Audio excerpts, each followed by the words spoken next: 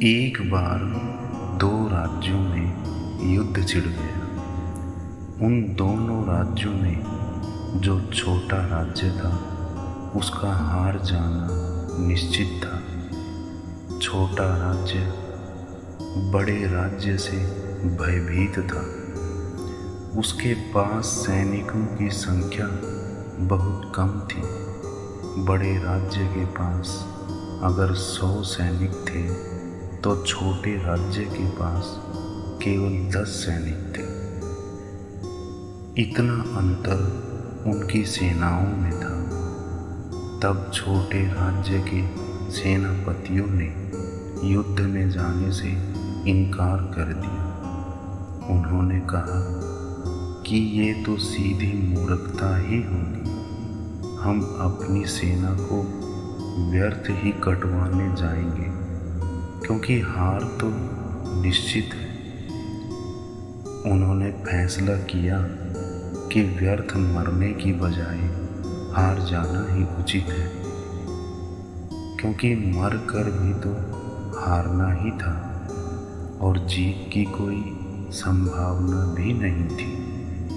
सम्राट भी कुछ नहीं बोला, क्योंकि आंकड़े सत्य ही थे।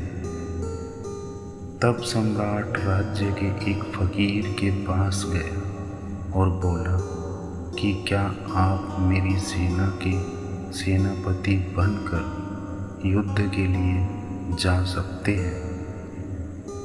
सम्राट के सेनापतियों को ये बात समझ नहीं आई कि राजा उस फकीर के पास हमें लेकर क्यों आया है, क्योंकि फकीर ने कभी कोई युद्ध नहीं लड़ा, इसे कोई अनुभव भी नहीं। जिसने युद्ध की बात तक न की थी तो इसके पास आने का क्या प्रयोजन।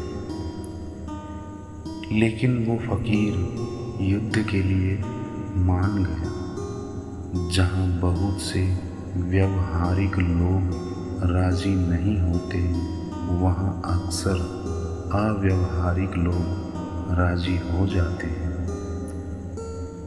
सेना फकीर के साथ युद्ध में शत्रु के सामने जाने से बहुत डरी हुई थी, परंतु फकीर इतने जोश से भरा था कि सेना को युद्ध में जाना ही पड़ा। तब फकीर आगे चला और सेना पीछे पीछे चली। जब सारी सेना युद्ध स्थल में जा रही थी तो रास्ते में एक मंदिर आया। तब फकीर ने सेना को मंदिर के आगे रुकने को कहा और सारी सेना मंदिर के प्रांगण में रुक गई। फकीर ने सेना से कहा कि एक बार हम भगवान से भी पूछ लें कि हमें युद्ध में जाना चाहिए या नहीं। भगवान की मर्जी भी जान लें कि हारना हो तो हम वापस लौट जाएं और जीतना हो तो युद्ध स्थल में जाएं। तब सैनिक बड़ी आशा से मंदिर से बाहर खड़े हो गए और फकीर ने हाथ जोड़कर भगवान से प्रार्थना की और अपने कमंडल से 1 रुपया निकाला। भगवान से कहा कि मैं इस रुपये को फेंकता हूँ। अगर ये सीधा गिरा तो हम समझ लेंगे कि हमारी जीत सुनिश्चित है, और अगर रुपया उल्टा गिरा तो हम मान लेंगे कि हमारी हार ही होगी और हम वापस लौट जाएंगे। ऐसा कहकर फकीर ने रुपया फेंका। नीचे गिरते ही देखा कि रुपया सीधा गिरा था। तब फकीर ने सैनिकों से कहा कि अब हारने का ख्याल ही छोड़ दो, क्योंकि भगवान की भी यही मर्जी है कि हमारी जीत ही होगी। अब तुम्हें कोई हरा नहीं सकता, क्योंकि रुपया सीधा गिरा है और भगवान हमारे साथ है। तब सैनिकों में भी जोश आया और 8 दिनों तक लड़े उस युद्ध में वो जीत गए। वो जीत कर वापिस लौटे और उस मंदिर के सामने आकर फकीर ने कहा कि भगवान को भी धन्यवाद दे दें। जैसे ही सब सैनिकों ने भगवान को धन्यवाद देना चाहा, फकीर ने कहा कि भगवान को धन्यवाद देने से पहले उस रुपए को गौर से देखो।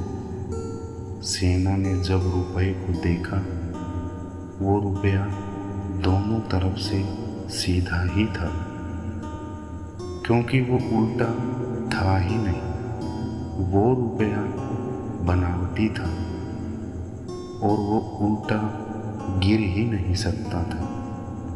फकीर ने कहा, भगवान को धन्यवाद मत दो, तुम जीत की आशा से भर गए थे, इसीलिए जीत गए। तुम हार भी सकते थे, क्योंकि तुम सब हार की कामना से भरे हुए थे।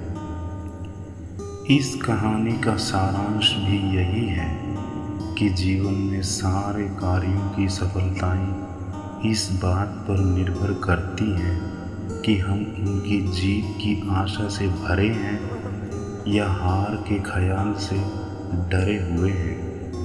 क्योंकि आशा से भरे लोग थोड़े सामर्थ्य से इतना कर पाते हैं जितना कि हम सामर्थ्य के रहते हुए भी निराशा से भरे लोग नहीं कर पाते। सामर्थ्य असली संपत्ति नहीं, बल्कि असली संपत्ति आशा है।